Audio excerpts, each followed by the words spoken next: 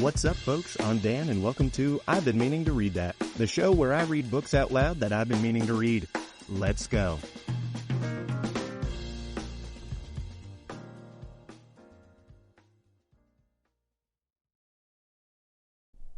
If any of you are experts in recurring dreams, I would love to know your analysis of this recurring dream that I keep having. And let me know if you too have this recurring dream. I keep dreaming that I've got this class that I'm late for that I'm supposed to be at. And I'm either in college and I'm like wandering around campus going, where the hell is my classroom? And man, I can't fail this semester. I really got to make sure I'm at class and paying attention. Or I'm like back at my old high school, but my current age of 32, because somebody looked into my background and said, oh, you're missing this English credit. So I'm in like a sophomore English class reading whatever it is we read in sophomore English. But I'm like late and I'm wandering around the empty high school trying to figure out which class is mine. And gosh, it's just, I never get there. Like I'm never there. Or I'm on my way there, but then, my car runs out of gas, or I just need to go pick up some pencils real quick. And then before you know it, I'm an hour late. Maybe this means I'm going to be rich one day. I don't know. I don't know how to interpret dreams, but I choose to interpret this dream of being late for class and terrified as a prediction, a prophecy that one of these days I'm going to be crazy rich. So, I don't know. We're just going to manifest that a little bit. All right. Speaking of being rich, well, I'm not rich, but I'll be rich one of these days, hopefully. So I guess currently that means I'm part of the miserables, the miserable class, Les Miserables, if you will. And speaking of Les Miserables, let's just start reading that book. Chapter 12, The Bishop at Work. At sunrise that morning, Monsieur Bienvenu was in his garden. Madame Magloire came running out to him in great agitation. Monseigneur, do you know where the silver basket is? Yes, said the bishop. Thank the Lord, I couldn't think what had happened to it. The bishop had just retrieved the basket from one of the flower beds. He handed it to her, saying, Here you are. But it's empty, she exclaimed. Where's the silver? Ah, so it's the silver you're worrying about, said the bishop. I can't tell you where that is.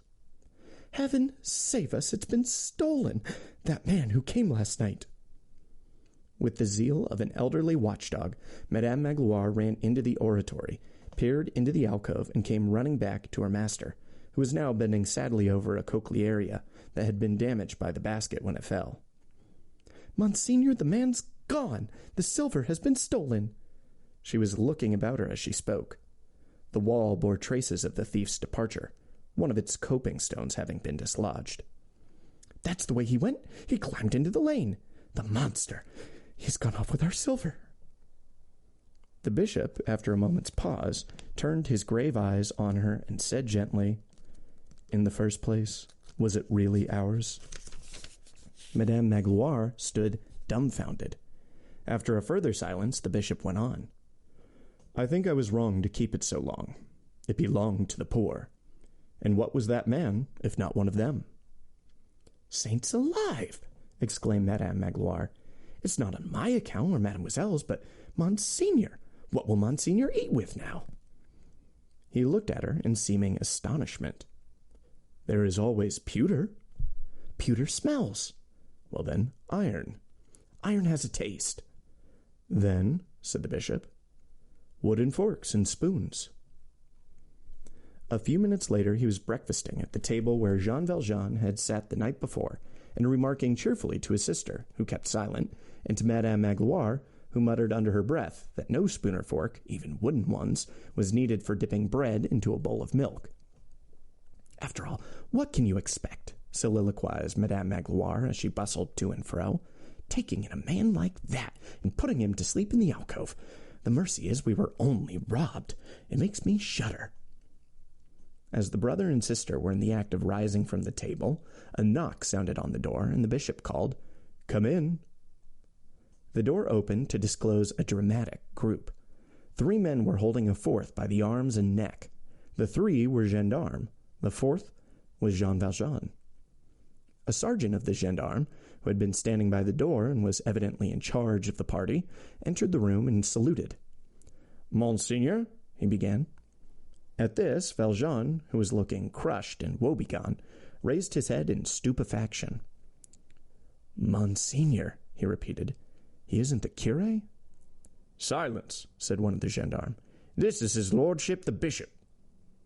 Monseigneur Bienvenu was meanwhile coming towards them as rapidly as his age allowed. "So here you are," he cried to Valjean. "I'm delighted to see you. Had you forgotten that I gave you the candlesticks as well? They're silver like the rest, and worth a good 200 francs. Did you forget to take them?" Jean Valjean's eyes had widened. He was now staring at the old man with an expression no words can convey. "Monseigneur," said the sergeant, "do I understand that this man was telling the truth?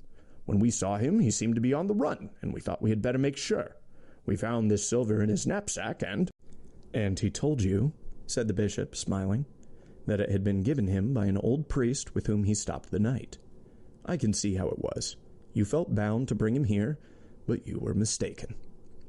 "You mean," said the sergeant, "that we can let him go?" "Certainly." The gendarme released Valjean, who seemed to cringe. "Am I really allowed to go?" he said, mumbling the words as if he were talking in his sleep. "You heard, didn't you?" said a gendarme. "But this time," said the bishop, "you must not forget your candlesticks." He fetched them from the mantelpiece and handed them to Valjean. The 2 women watched him do so without seeking, by word or look, to interfere. Valjean was trembling. He took the candlesticks mechanically and with a distracted air. "And now," said the bishop, "go in peace. Incidentally, my friend, when next you come here, you need not go through the garden. This door is never locked." He turned to the gendarmes. "Thank you, gentlemen." They withdrew. Valjean stayed motionless as though he were on the verge of collapse.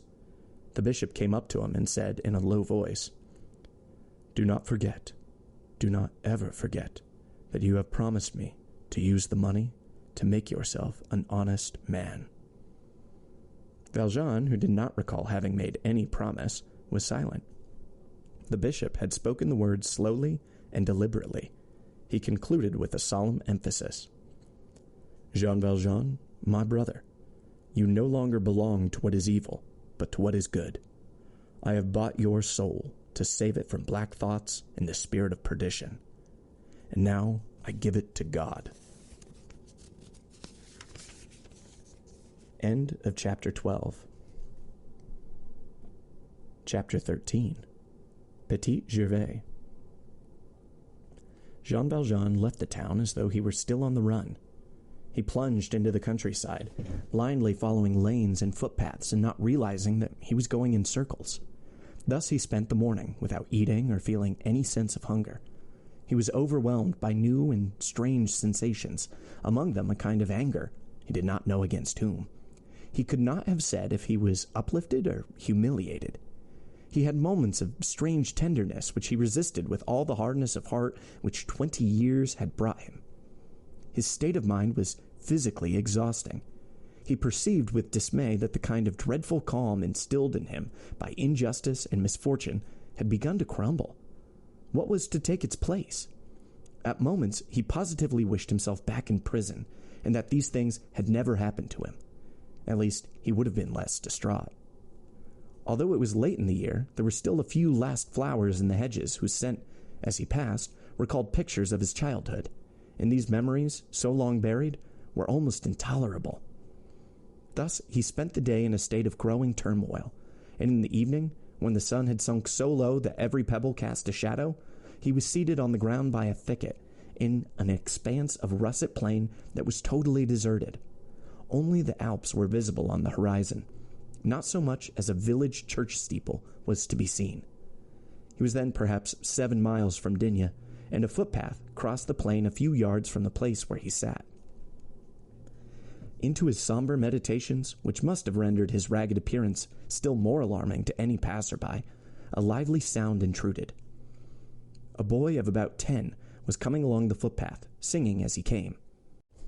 He carried a VA, a kind of small hurdy-gurdy, slung over his shoulder, and a box with his belongings on his back. One of those gay and harmless child vagrants, generally chimney sweeps, who go from village to village with knees showing through the holes in their trousers. Now and then he paused, still singing, to play at bones with the coins he was carrying, tossing them in the air and catching them on the back of his hand. They probably represented his entire fortune, and one was a piece of 40 sous. He stopped by the thicket to play his game without having noticed Jean Valjean. Thus far he had caught all the coins, but this time he dropped the 40 sous piece, which rolled in the direction of Valjean, who promptly set his foot on it. The boy had seen where it went. Without appearing in any way disconcerted, he went up to Jean. The place was entirely solitary, with no other soul in sight on the footpath or the plain, and no sound except the distant cry of a flock of birds passing high overhead. The boy stood with his back to the setting sun, which lighted his hair with threads of gold and cast a red glare on Valjean's brooding face. "Monsieur," said the boy with the childish trustfulness that is a mingling of innocence and ignorance, "may I have my coin?" "What's your name?" asked Valjean. "Petit Gervais, monsieur." "Clear out," said Valjean. "Please, monsieur," said the child. "May I have my money back?" Jean Valjean lowered his head and did not reply. "Please, monsieur." Valjean was staring at the ground. "My money!" the boy cried. "My piece of silver, my coin!" Valjean seemed not to hear him. The boy seized hold of his collar and shook him, while at the same time he tried to shift the heavy, iron-studded shoe covering his coin. "I want my money, my 40 sous piece!" He began to cry, and Jean Valjean, who was still seated, raised his head. His eyes were troubled. He stared with a sort of amazement at the child, then reached for his stick and cried in a terrifying voice, "Who's there?" "It's me, monsieur, Petit Gervais. Only me. Give me back my 40 sous, if you please. Will you please move your foot?" Then the boy grew angry, small as he was, and his tone became almost threatening. "Move your foot, can't you? Are you going to move your foot?" "Are you still there?" said Valjean, suddenly standing up but still keeping his foot on the coin. "Damn you, clear out!" The boy looked at him and was suddenly frightened. After a moment of stupefaction, he turned and ran, without looking back or uttering a sound. Out of breath, he eventually came to a stop, and amid the tumult of his thoughts, Valjean heard the sound of his distant sobbing. A minute later, he had vanished from sight. The sun had set. The shadows were closing about Jean Valjean. He had eaten nothing all day and was probably feverish. He remained standing in the same place, not having moved since the boy had run off. While his breath came slowly and unevenly, his eyes were fixed on a spot some yards in front of him, as though he were wholly absorbed in contemplating a blue fragment of broken pottery lying in the grass. He shivered suddenly, conscious of the chill of evening. He pulled down the peak of his cap, tried mechanically to fasten his shirt over his chest, and then stooped to pick up his stick. In doing so, his eye caught the glitter of the 40 sous piece, half buried by his foot in the earth. It affected him like an electric shock. "What's that?" he muttered under his breath. He stepped back a couple of paces and then stood still, unable to detach his gaze from that object shining in the dusk like an eye watching him. After some moments' pause, he moved convulsively forward, snatched up the coin, and then stood gazing to every point of the compass, quivering like a frightened animal in search of a hiding place. There was nothing to be seen. Night was falling. The plain was cold and empty, and a purple mist was rising to obscure the twilight. He uttered an exclamation and began to walk rapidly in the direction taken by the boy. After going 100 yards or so, he stopped and stared again, but still saw nothing. He shouted at the top of his voice, "Petit Gervais! Petit Gervais!" He waited, but there was no reply. He was standing in the midst of gloom and desolation, surrounded by nothing but the dusk in which his gaze was lost and the silence in which his voice had died away. A keen wind had begun to blow, endowing the objects around him with a kind of dismal life. Bushes waved their branches with a strange fury, as though they were threatening and pursuing. He went on walking and then broke into a run, stopping now and then to cry out amid the solitude in a voice that was at once terrifying and despairing. "Petit Gervais! Petit Gervais!" If the boy had heard, he would certainly have hidden, but by now he was probably far away. Valjean presently met a priest on horseback. He went up to him and asked, "Monsieur le Curé, have you seen a boy go by?" "No," said the priest. "A boy called Petit Gervais?" "No, I've seen no one." Valjean produced 2 5-franc pieces and handed them to the priest. "For your poor, Monsieur le Curé. He was a boy of about 10 with a box on his back, I think, and carrying a vieille. He was tramping, a chimney sweep or something of the kind." "I haven't seen him." "Petit Gervais was his name. Doesn't he come from one of the villages around here?" "I think not," said the priest. "It sounds as though he was a stranger in these parts, a vagrant. We get them from time to time. We know nothing about them." With an almost savage gesture, Valjean produced 2 more 5-franc pieces and gave them to the priest. "For your poor," he said again. And then he cried out, "Monsieur l'Abbé, you must have me arrested. I'm a thief." The priest clapped his heels to his horse's flanks and rode off in terror. Valjean continued to run in the same direction as before. He ran for a long time, calling as he went, but he saw no one else. Several times he turned aside to inspect a patch of shadow which might have been a person lying or crouching, but these turned out to be bushes or small boulders. Finally, at a place where 3 paths intersected, he stood still.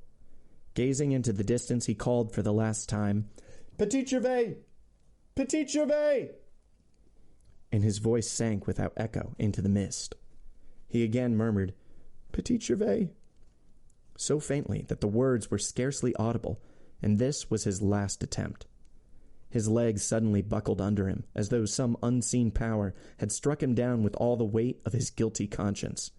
He sank exhausted onto a piece of rock, with his hands clutching his hair and his head between his knees, and he exclaimed, "Vile wretch that I am!" His heart overflowed, and he wept, for the first time in 19 years. When he left the bishop's dwelling, Jean Valjean, as we know, had been in a state of mind unlike anything he had ever experienced before, and was quite unable to account for what was taking place within him. He had sought to harden his heart against the old man's saintly act and moving words. "You have promised me to become an honest man. I am buying your soul. I am rescuing it from the spirit of perversity and giving it to God." The words constantly returned to him, and he sought to suppress them with arrogance, which in all of us is the stronghold of evil. Obscurely, he perceived that the priest's forgiveness was the most formidable assault he had ever sustained, that if he resisted it, his heart would be hardened once and for all, and that if he yielded, he must renounce the hatred which the acts of men had implanted in him during so many years, and to which he clung.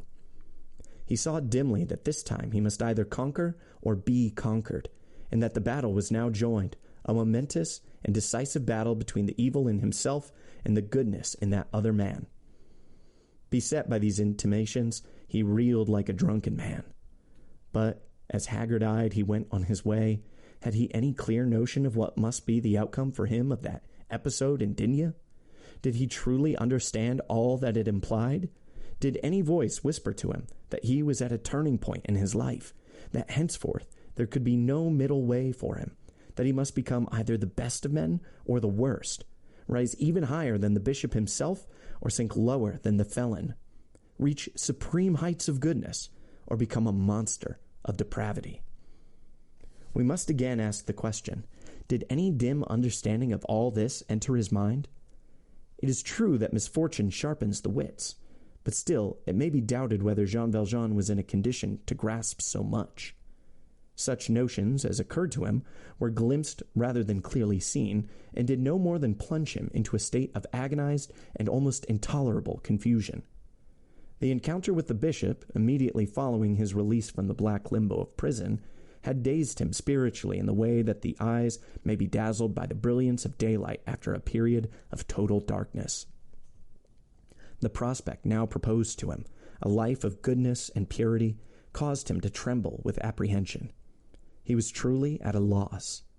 Like an owl overtaken by a sudden sunrise, he was blinded by the radiance of virtue. What was certain, although he did not realize it, was that he was no longer the same man. Everything in him was changed. It was no longer in his power to behave as though the bishop had not spoken to him and touched his heart. And it was in this state of disarray that he had encountered Petit Gervais and stolen his 40 sous. Why had he done so?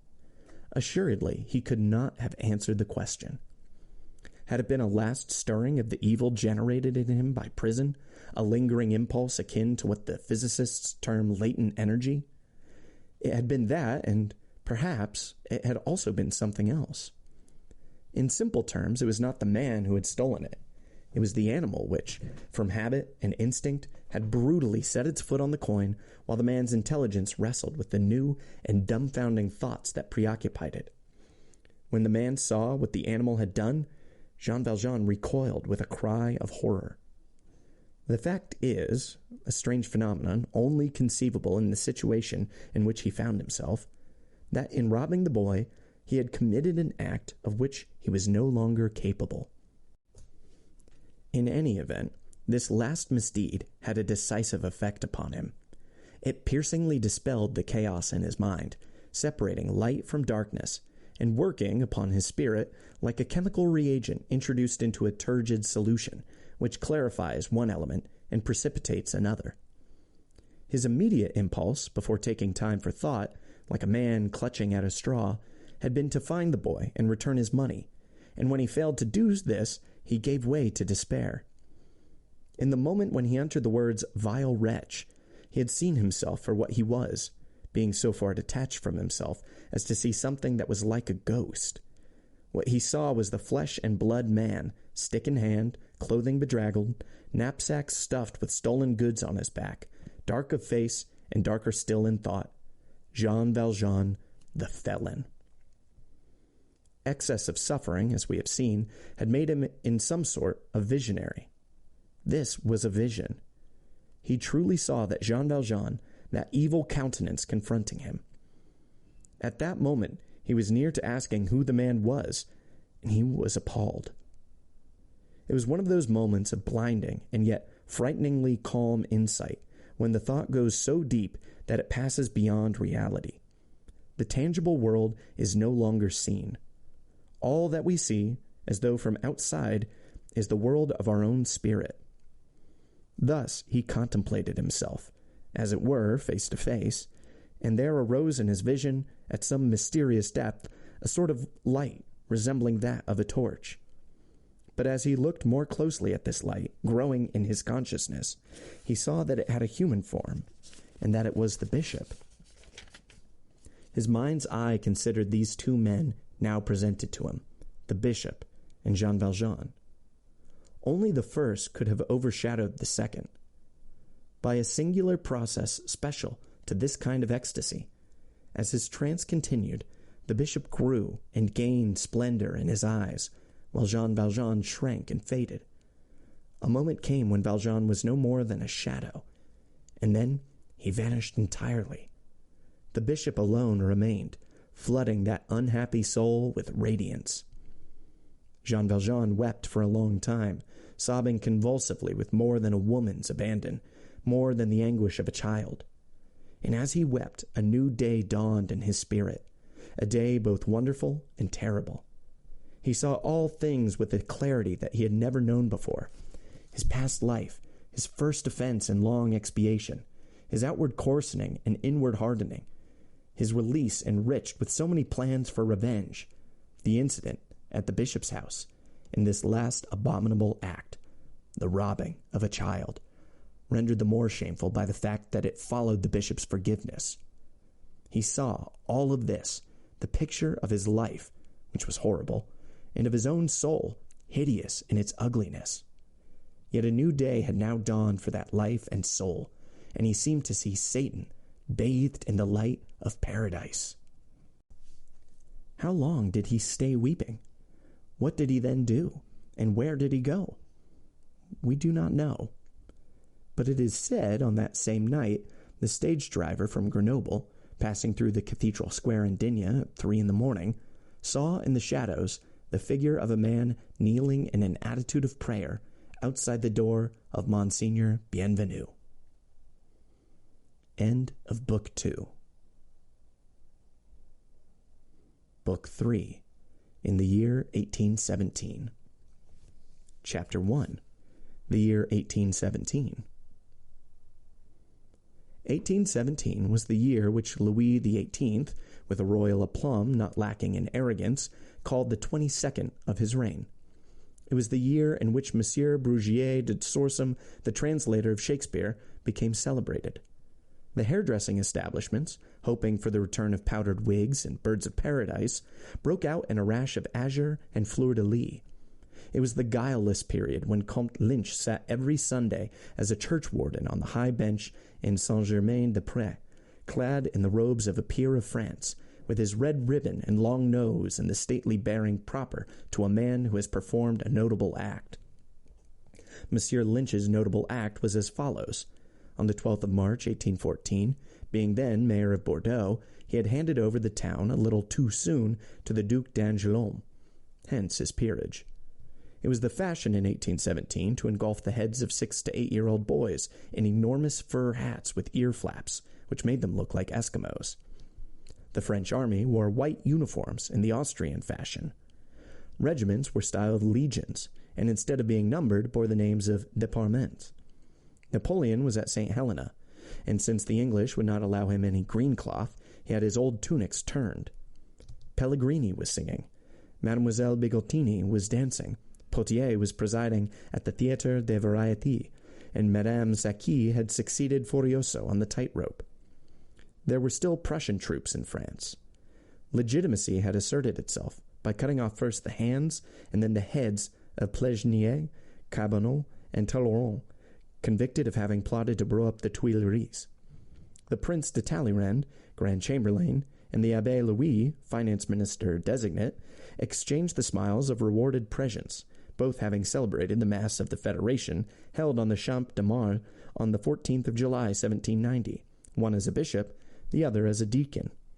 In 1817, large wooden posts, painted blue and still bearing traces of gilt eagles and bees, lay rotting on the grass in that same Champ de Mars, some scorched by Austrian bivouac fires.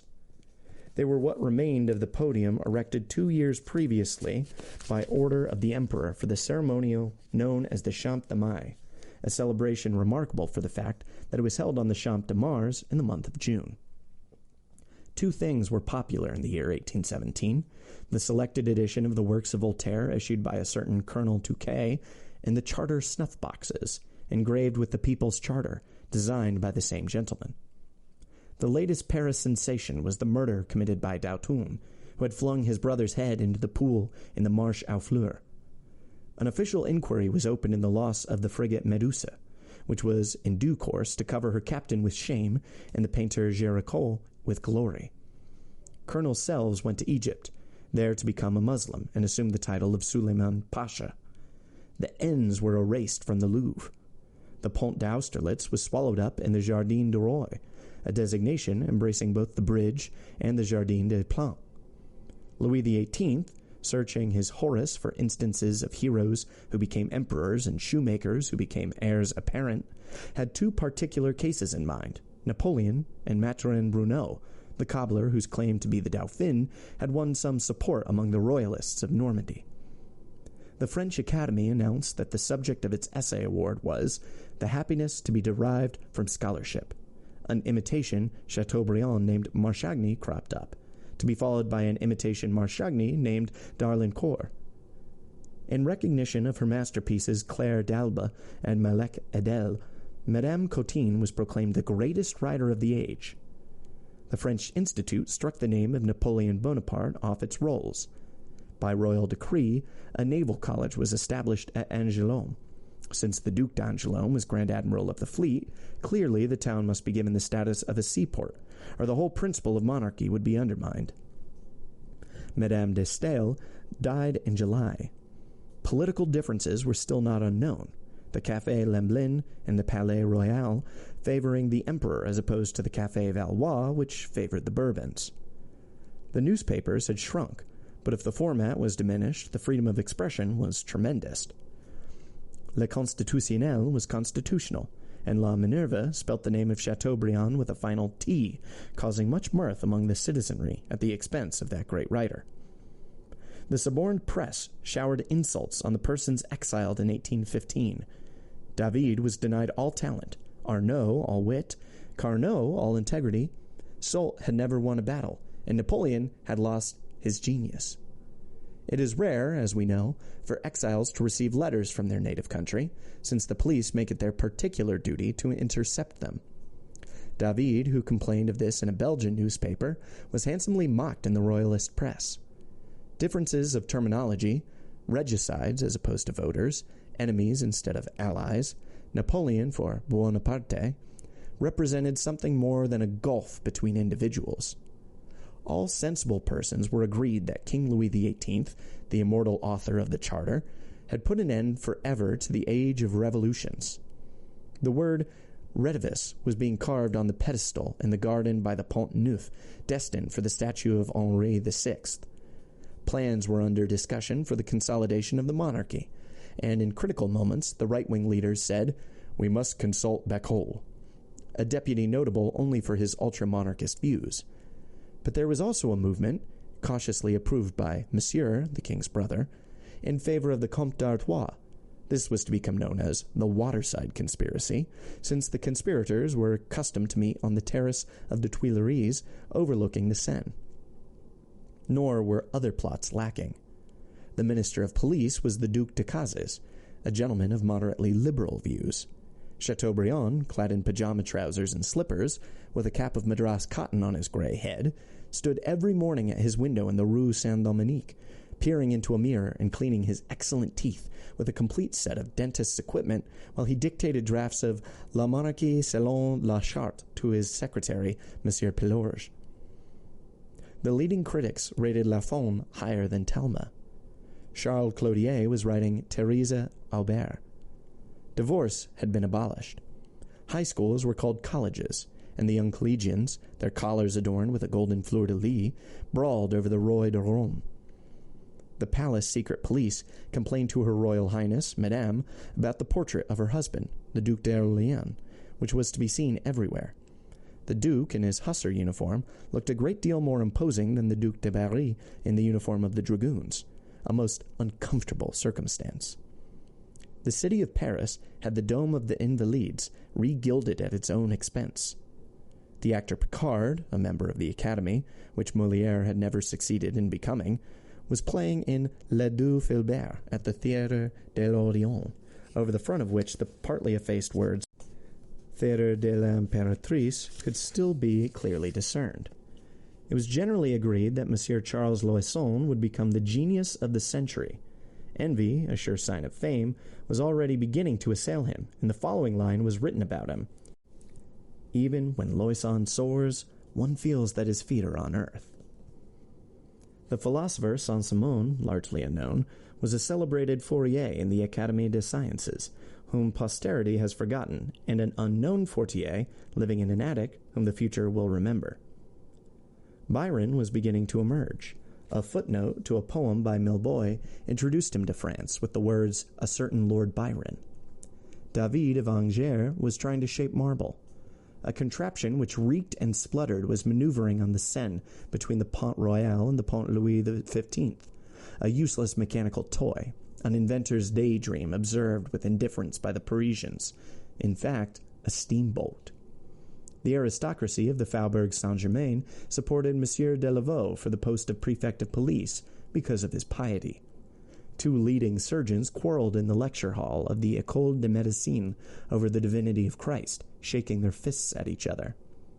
Cuvier, with one eye on Genesis and the other on the natural world, sought to placate religious bigotry by adapting fossils to the scriptures and demonstrating the superiority of Moses to the mastodons.